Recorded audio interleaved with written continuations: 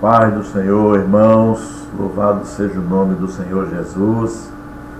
Aqui estamos nós outra vez para trazermos uma palavra de Deus ao seu coração. Eu espero que você esteja bem, que o Espírito de Deus esteja consolando o seu coração, fortalecendo a sua alma nesses dias difíceis, mas nós temos que enfrentarmos e perseverarmos na fé em Cristo Jesus. Quero ler com você em Gênesis capítulo 3, versículos de 1 a 18. É a história da queda, né? A serpente era mais astuta que todas as animais do campo que o Senhor Deus tinha feito. E esta disse à mulher: é assim que Deus disse: não comereis de toda a árvore do jardim. E disse a mulher à serpente: do fruto das árvores do jardim comeremos, mas do fruto da árvore que está no meio do jardim, disse Deus: não comereis dele, nem nele tocareis, para que não morrais. Então a serpente disse à mulher: certamente não morrereis, porque Deus sabe que no dia em que dele comerdes se abrirão os vossos olhos e sereis como Deus, sabendo o bem e o mal. E vendo a mulher que aquela árvore era boa para se comer e agradável aos olhos, e árvore desejável para dar entendimento, tomou do seu fruto e comeu, e deu também a seu marido, e ele comeu com ela. Então foram abertos os olhos de ambos, e conheceram que estavam nus, e coseram folhas. Foram abertos os olhos de ambos, e conheceram que estavam nus, e coseram folhas de figueira, e fizeram para si aventais. E ouviram a voz do Senhor Deus, que passeava no jardim pela viração do dia, e escondeu-se Adão e sua mulher da presença do Senhor Deus entre as árvores do jardim. E chamou o Senhor Deus a Adão e disse-lhe: onde estás? E ele disse: ouvi a tua voz soar no jardim e temi, porque estava nu e escondi-me. E Deus disse: quem te mostrou que estavas nu? Comeste tu da árvore de que te ordenei que não comesses? Então disse Adão: a mulher que me deste por companheira, ela me deu da árvore e comi. E disse o Senhor Deus à mulher: por que fizeste isto? E disse a mulher: a serpente me enganou e eu comi. Então o Senhor Deus disse à serpente: porquanto fizeste isto, maldita serás mais do que toda a besta e mais que todos os animais do campo. Sobre o teu ventre andarás e pó comerás todos os dias da tua vida. E porém inimizade entre ti e a mulher, e entre a tua semente e a sua semente. Esta te ferirá a cabeça, e tu lhe ferirás o calcanhar. E a mulher disse: multiplicarei grandemente a tua dor e a tua conceição. Com dor terás filhos, e o teu desejo será para o teu marido, e ele te dominará. E a Adão disse: porquanto deste ouvidos à voz de tua mulher, e comeste da árvore de que te ordenei, dizendo: não comerás dela, maldita é a terra por causa de ti.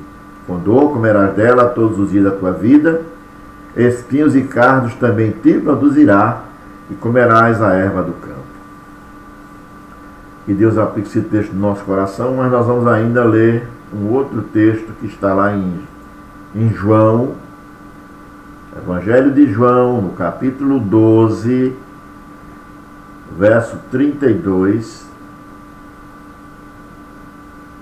João, capítulo 12, verso 32, que diz assim, ó: e eu, quando for levantado da terra, todos atrairei a mim. Que o Senhor aplique essa palavra em nosso coração. Vamos orar? Pai querido, obrigado por mais essa oportunidade que o Senhor nos dá de estarmos em sua presença e de podermos assim meditarmos em tua gloriosa palavra. Rogamos a iluminação do teu Espírito e a ação do mesmo sobre nós, capacitando-nos a entendê-la e também nos ajudando a aplicá-la à nossa vida cotidiana. Fala conosco nesta noite, eu te oro em nome de Jesus. Amém. Meus amados irmãos, nessa noite eu quero trazer um tema, de como enfrentar as adversidades da vida. É muito importante destacar que eu li o texto da queda, pois a razão principal pelas quais nós enfrentamos a adversidade dessa vida não é outra senão o pecado. No versículo 18 do texto de Gênesis 3, o Senhor Deus está falando para o homem que a terra produziria cardos, abrolhos e espinhos. E quando ele fala isso, não é apenas no sentido da produção de espinhos, digamos assim, apenas de forma literal, mas também espinhos na vida, adversidades na vida, isso de forma social, psicológica e coisa dessa natureza.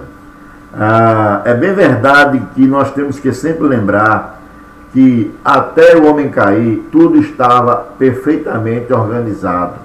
Porém, a partir da queda, a partir do pecado, então, veio o caos, veio a desordem. E é a partir daí que Deus vai estabelecer uma hierarquia dentro da humanidade, e naquela ocasião o homem teria o domínio sobre a mulher, por conta do caos que o pecado trouxe. Não é? Só a obediência, irmãos, guarde essa palavra que eu vou dizer a você nessa hora.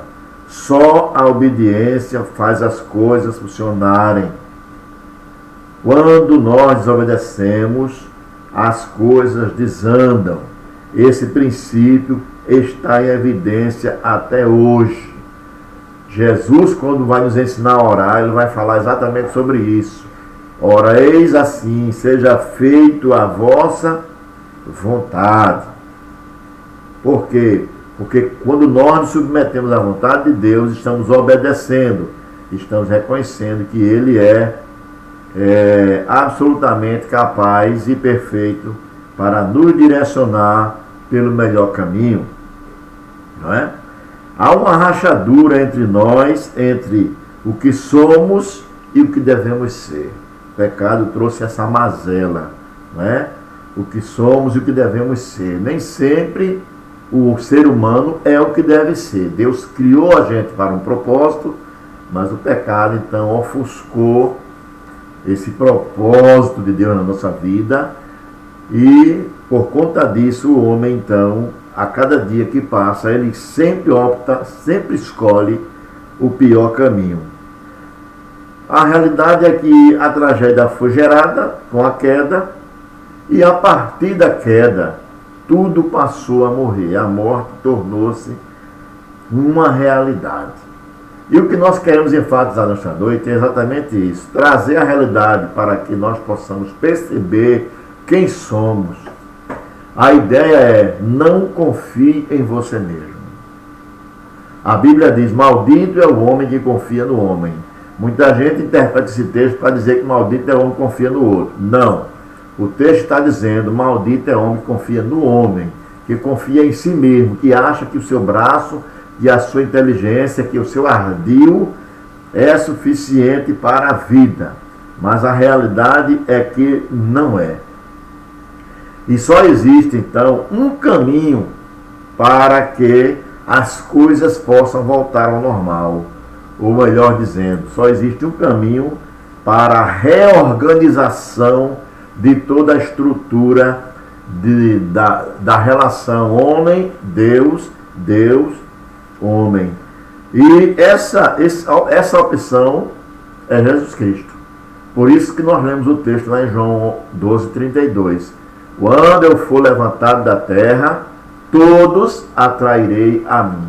A intenção de Jesus é que nós olhemos para Ele, coloquemos nele a nossa confiança, e assim possamos então ganhar o caminho do acerto de volta.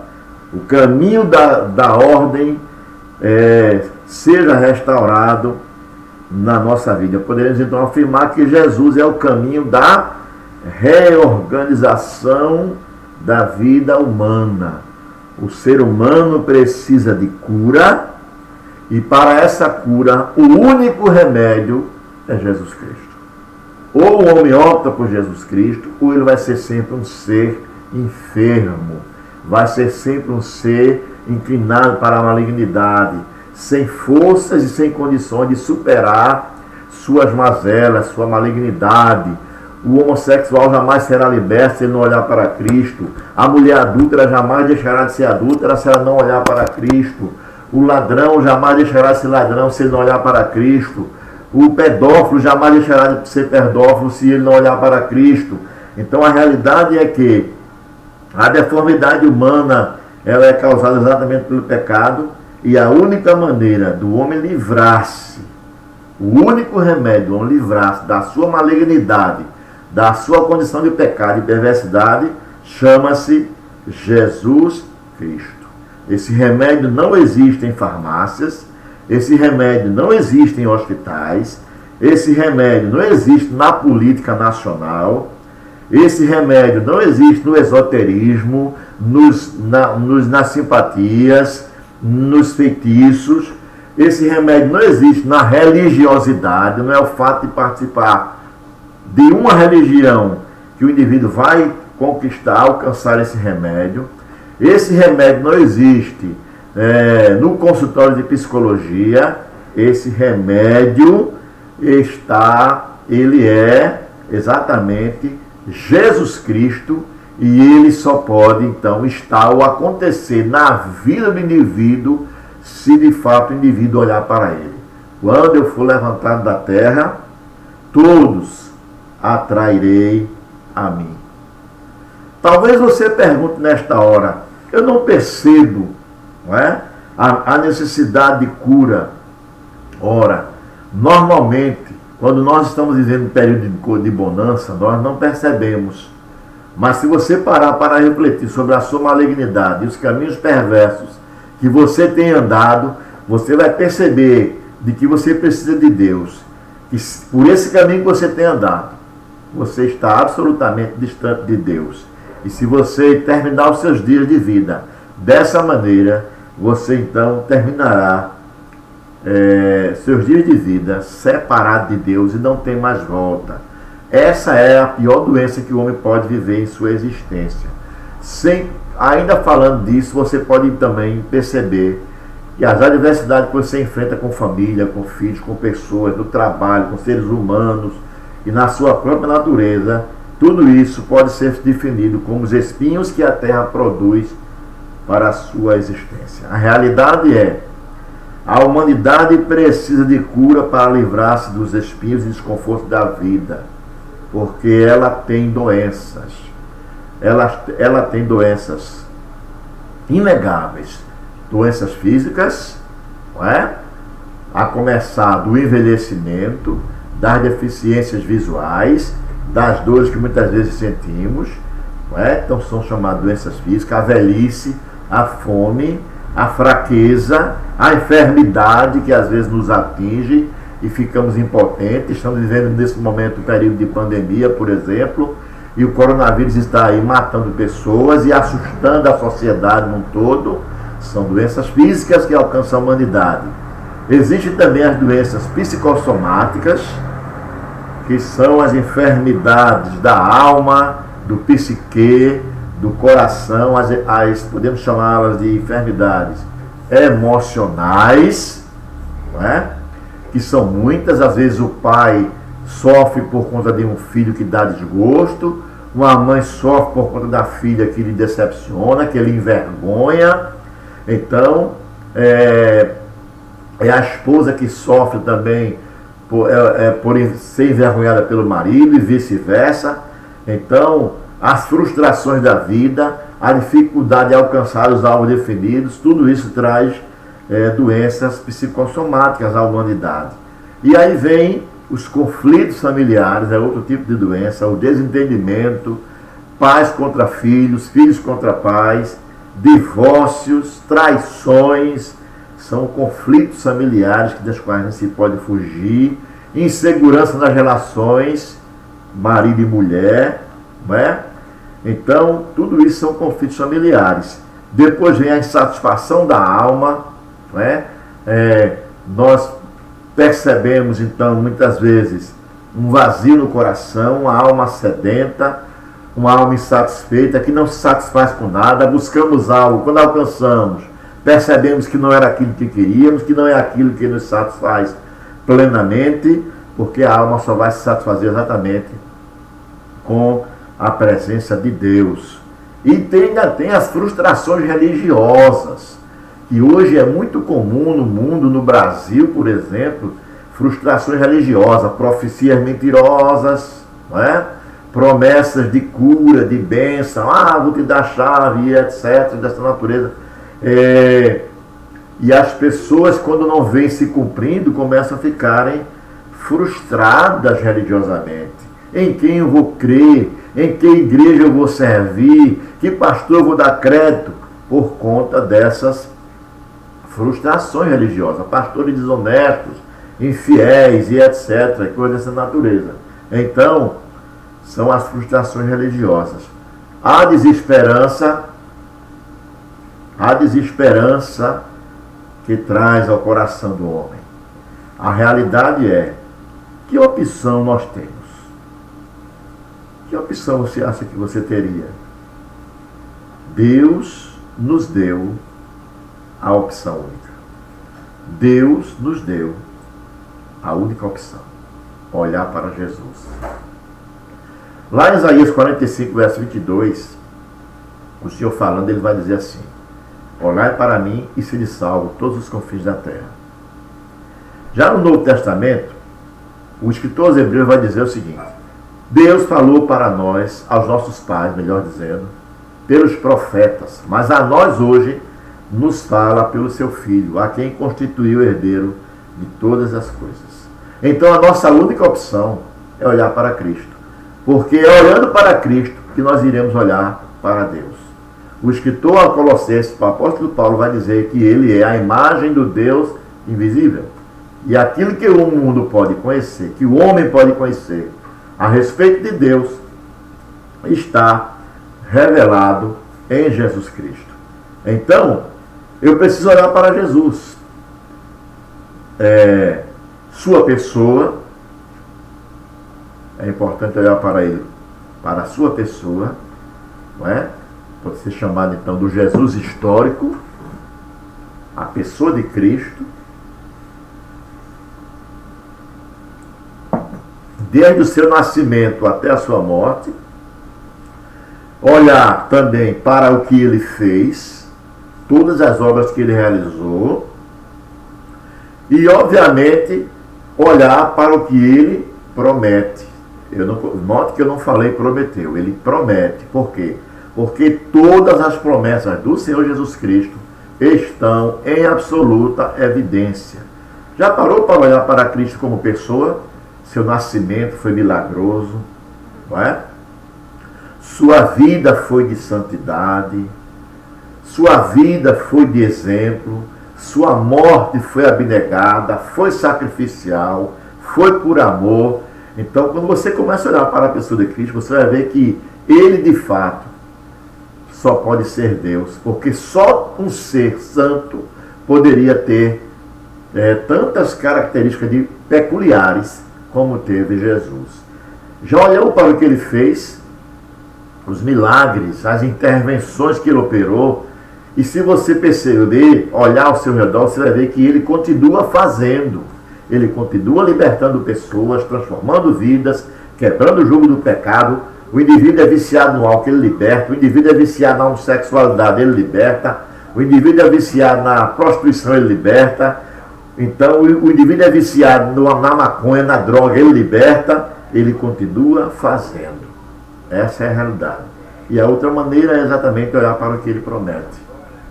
Todas as suas promessas estão em evidência. Todas as suas promessas não caíram por terra, ainda não acabaram. Estão em plena evidência e ela se estende a todo aquele que crê. Disse Jesus a Marta: se creres, verás a glória de Deus. Depois da vitória sobre a morte, que só pode ser conquistada por Cristo, então aí, meu amigo, os espinhos cessam. Não é? Eu diria que em Cristo duas coisas acontecem conosco. Por isso é importante olhar para Ele. Percebendo então a nossa malignidade e a nossa impotência, precisamos olhar para Cristo, porque duas coisas acontecem conosco. Não é? A primeira coisa que acontece conosco é a capacidade de suportar e superar os espinhos dessa vida. Por que eu posso afirmar isso?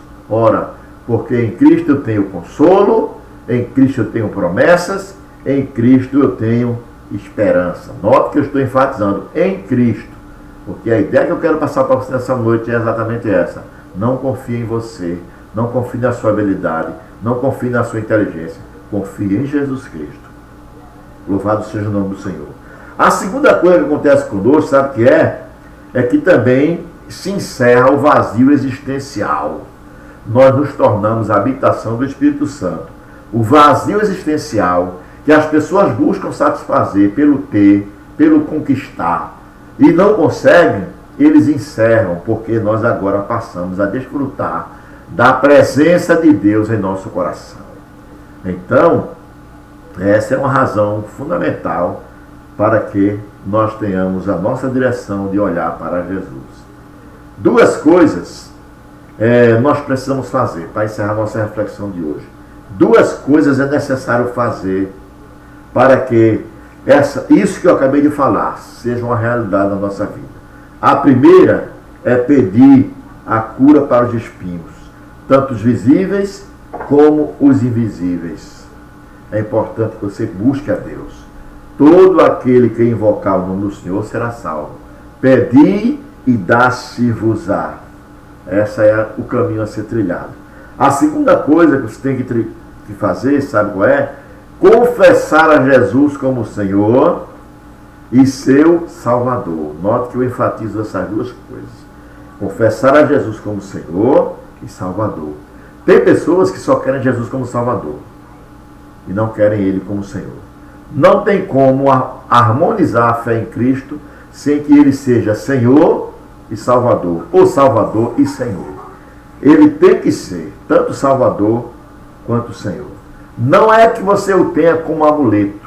Não é um amuleto. Não é uma religiosidade. É ser de fato um servo, é ter de fato uma relação com Ele. Olhar para Ele exatamente lá na cruz, sempre lembrando do porquê Ele foi para lá. A razão pela qual Ele foi para lá foi os seus pecados. Concluo essa mensagem dizendo o seguinte: se quisermos ser curados de fato, sermos pessoas, seres humanos saudáveis, precisamos perceber a nossa carência e se entender que essa carência ela é consequência da queda. E aí, entendermos também que Deus nos ofertou o remédio. Devemos buscá-lo em Deus para a nossa saúde, tanto física quanto espiritual. E esse remédio é Jesus Cristo. Que Deus lhe abençoe nessa noite, que a graça de Deus lhe alcance. Vamos orar? Obrigado, Senhor, porque apesar de meu pecado, apesar da queda, das minhas deficiências, o Senhor me deu a opção de escolher Jesus Cristo para que Ele pudesse realizar o milagre da cura em minha vida. Ajude-me a viver esta cura ofertada pelo Senhor em Cristo. Por Tua graça, eu te oro em nome de Jesus. Amém.